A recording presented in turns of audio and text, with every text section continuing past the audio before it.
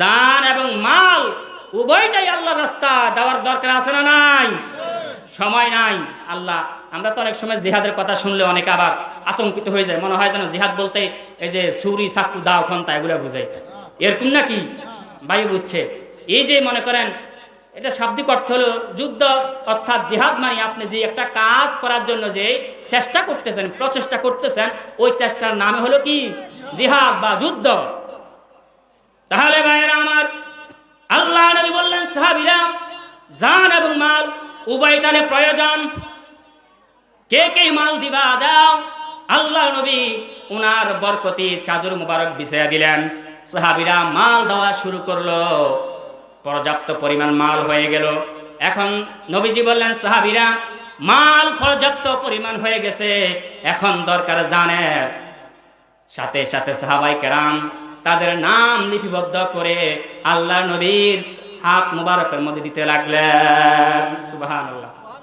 তার মধ্যে এর ভিতরে ওই যে সাইদ ইবনে আব্দুর রহমান রাদিয়াল্লাহু তাআলা আনহু, উনিও ওনার নামের তালিকা আল্লাহ নবীর কাছে জমা দিয়ে দিলেন। এখন নবীজি বললেন সাহাবীরা শুনো, তোমরা জিহাদের ময়দানে যাইবা, জিহাদ করবা আল্লাহর জমিনে আল্লাহর দ্বীন কায়েমের জন্য, কোরআনের রাজ কায়েমের জন্য, আল্লাহর হুকুম বিধান কায়েম করার জন্য। কাফের মুশরিকদের বিরুদ্ধে তোমরা জিহাদ করবা। তবে শুনো শুনো, তোমরা যে জিহাদের ময়দানে যাইবা, ওই জিহাদের ময়দানে যাওয়ার পরে কে শহীদ হয়ে যাও আর কে গাজী হও তাতে আমি জানি না, আমি রাসূল বলতে পারবো না। তবে তোমরা যার যার বাড়ি থেকে তোমাদের বিবি বাল বাচ্চা ছেলে সন্তানদের কাছ থেকে তোমরা বিদায় নিয়ে যাও। কি স্টেশন আছে? শহীদ হয়ে যায় কে কোনো জানা আছে? জানা নাই। কে শহীদ হয়ে যাবে আর কে গাজী হয়ে ফিরে আসবে আমি রাসূল জানি না। তোমরা যাও যাও বাড়িতে গিয়ে তোমাদের বিবি বাল বাচ্চা বউ স্ত্রী স্বজন ভাই ব্রাদার মা বাবা সবার থেকে বিদায় নিয়ে আসো।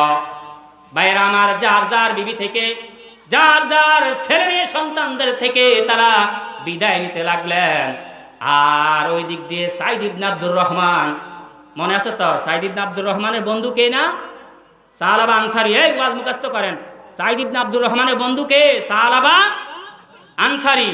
সাইদ ইবনে আব্দুর রহমান রাদিয়াল্লাহু তাআলা আনহু উনার সবচেয়ে কাছের মানুষ ছিলেন, ঘনিষ্ঠ মানুষ ছিলেন তার বন্ধু হযরতে সালাবা আনসারী রাদিয়াল্লাহু তাআলা আনহু। উনি সবাই যার যার বিবি বাল বাচ্চা থেকে বিদায় নেয়।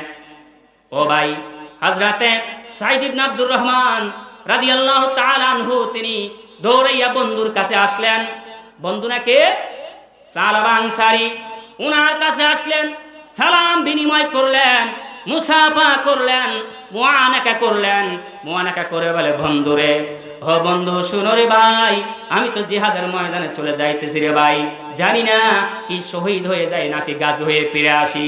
তবে বন্ধুরে শুনো শুনো, আমার পরিবারের দেখশোনার দায়িত্ব তোমার হাতে তুলে দিলাম, তুমি আমার পরিবারের দেখশোনার দায়িত্ব পালন করবা।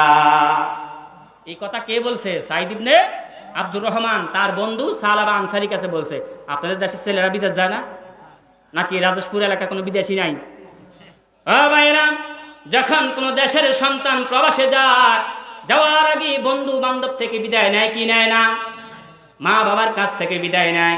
বড় ভাইকে বলে যায়, ভাইও আমি তো বিদেশ যাই ভাই, আমার ফ্যামিলির প্রতি খেয়াল রাখবেন, আমার সন্তানগুলাকে বাবার আদর করবেন, আমার মেয়েগুলাকে মায়ের আদর করবেন, আমার স্ত্রীকে দেখে শুনে রাখবেন। বাইরে আমি প্রবাসে যাই, জানি না আমি কি তাজা ফিরে আসি নাকি লাশ হয়ে ফিরে আসি। কপিনে আসি কি আসে না? আপনার কথা বিদেশ থেকে লাশ আসেনি একবার? আইসে? তাহলে তো ওয়াজ বুঝবেন, সহজ ওয়াজ।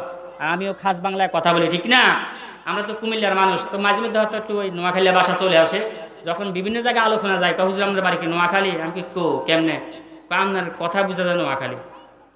আসলে আমরা তো বরুড়ার মানুষ, নোয়াখালীর বাতাস আমাদের ওইদিকে আছে না নাই? বাতাস যায়, ঠিক কিনা?